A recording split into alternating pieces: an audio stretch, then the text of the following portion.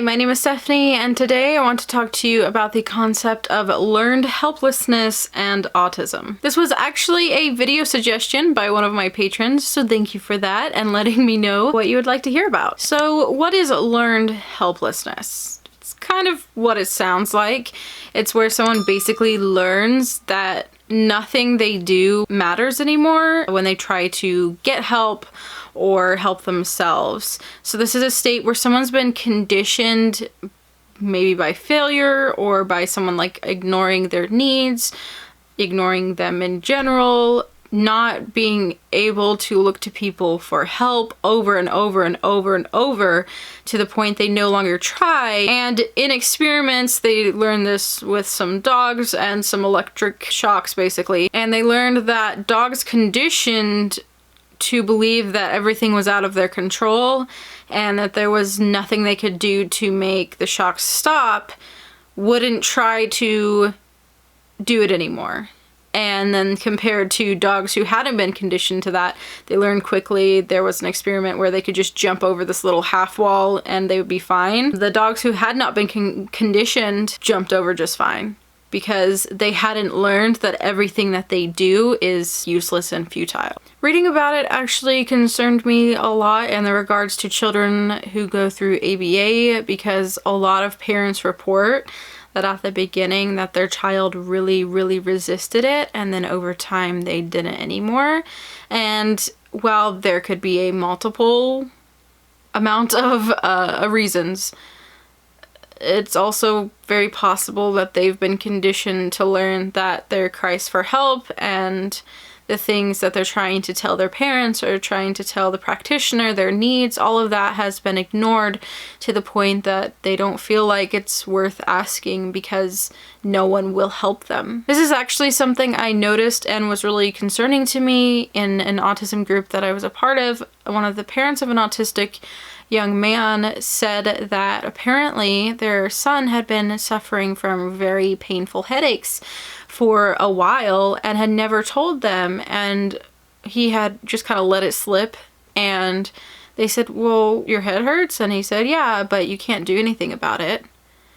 And they said, well, like, how long has this been going on and stuff like that. So it leads me to believe that there's been some point in that young man's life, whether it was his family, his teachers, someone has sent him the message that we can't help you. We're not willing to help you. That's why children normally go to their parents for every little thing, because they believe that their parents are going to help them. So that really concerned me because of the way that he said that. It sounded to me like he had asked for help before. I don't know if it was them or a teacher. It might not have even been about headaches. Something where people were just like, well, we can't help you. Well, too bad. You know, you just power through it. And he learned that he couldn't ask for help. Now, autistic people are commonly treated poorly by other people because they're different, especially autistics who have been mainstreamed because they seem so different, and especially those who have never been diagnosed or who are late diagnosed because when they were younger, there seemed to be no reason why they were upset or why things were too much for them or why they did certain things. And that kind of reaction by people that young can definitely lead to a sense of helplessness. They learn over time you can't complain, because if you complain, no one's going to help you and they're just going to ignore you. They're just going to be irritated with you. They can't help you. You're just weird. You're just useless. You just can't do this and you just can't do that. And when someone hears these things over and over and over, and when you've tried and you've tried and you've tried and you failed and you failed and you failed, or when you've tried and people have been awful back and you've tried again and people have been awful back, or you tried to ask for help and there was no help, this becomes learned helplessness, where you no longer try, where you no longer are motivated to do much, if anything.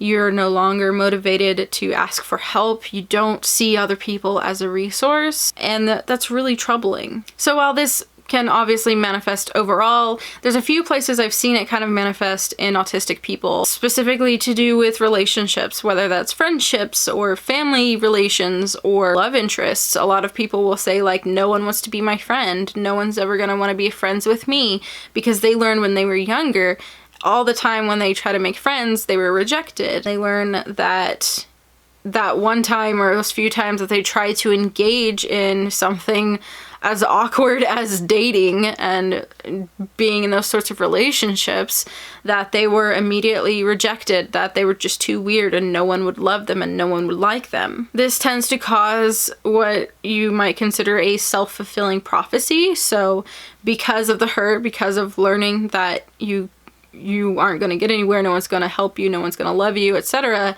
you start to avoid people. And by avoiding people, of course, you're never going to meet the people who are going to be your friends. You're never going to meet the people who are going to love you. And so it's really frustrating because you just kind of give up on those sorts of things because you've learned helplessness in that area. Another issue is that many autistics are considered hypochondriacs by others because whether they're diagnosed or not, a lot of people don't understand that autism can also come with a plethora of comorbids. So people who have gone undiagnosed might be gaslighted a lot into believing like the things that they feel, the things that they experience, their pain, their whatever else, all of that's just in their head. They're just attention seeking. They just want to be this and they just want to be that. It's really hard because when you do that to somebody, they no longer trust professionals to listen to them. So they might have a very important issue that needs to be taken care of immediately, that that might be some pain somewhere, or they might be experiencing, trouble eating. I don't know, whatever it may be. They've learned that doctors don't believe them, that they're just considered a hypochondriac, that this and that, and they won't tell people. And that can lead to some really, really dangerous, if not lethal results. This also can be applied to sensory aversive situations. So I don't think that we should just deal with it and all that. But I have seen, for me in my life, there are days that I can handle sensory things and there are days that I cannot. And those days come and go as they feel. I also know that I can use different aids like wearing headphones or taking a break and stuff like that. But a lot of times what happens for people is something is really overwhelming. They have a really bad experience. They have a meltdown, whatever it may be. And these things happen over and over again. And this often happens in families where their child is autistic, where they're constantly having bad things happen at stores or bad things happen at restaurants, where everyone learns that, you can't take them anywhere because this is what kept happening and happening. We're not going to try again. That can lead to some really bad outcomes for some people, where they're scared and they limit themselves from experiencing anything because they had a lot of bad situations happen and they've learned I can't try this anymore. I know all these bad things will happen to me and I can't try again. And it's always going to be the same as it was before. I think this is actually what people mean when they say not to let autism define you. A lot of people really hate that phrase. And I understand some people do think oh, autism is this bad disease. Don't be labeled by autism or blah, blah, blah. But I think some people mean not to let the bad things ruin your ability to try again. Because sometimes I think that autistics may be more susceptible to learned helplessness. That's just a personal theory. I don't personally have any scientific backing for that statement or that claim, but I think it seems to be very easy for autistic people to learn helplessness. And for us to decide it's not worth it anymore. I'm done with people. I'm done with all these places. It hurts too much, whether physically or internally. And then of course, learned helplessness is a major issue with mental health. And unfortunately, autistic individuals do tend to have poor mental health, probably due to being in a world that's not always favorable with people who aren't always educated, and people don't always mean to, but they can do some really hurtful things, and that just makes it really hard. And that added to the fact that a lot of us do have anxiety and things that can be helped by balancing out chemicals and stuff like that. So what can we do? Because obviously this is an issue. It's not a nice place to be in. The good news is that therapies can help. Going to someone, a therapist of some sort, to kind of talk about those things. The problem is, of course, someone who has learned helplessness might not be in a place where they feel that they can ask for help. But if you're seeing this in yourself, if you're seeing you know, I don't trust anybody, or this is always going to turn out bad. I know, you know, these things happen over and over and over, and I'm not going to try that again. If you find yourself in that place, I encourage you to try one more time. Just try to make that appointment with a therapist to talk and see if they can't help you. Because so with like a shorter term of having learned helplessness, therapies tend to be able to like completely reverse it. For longer term learned helplessness, it does appear that, you know, it's going to take a longer time to deal with, a longer time of therapy, and it might not be like a complete turnaround, but it's gonna help.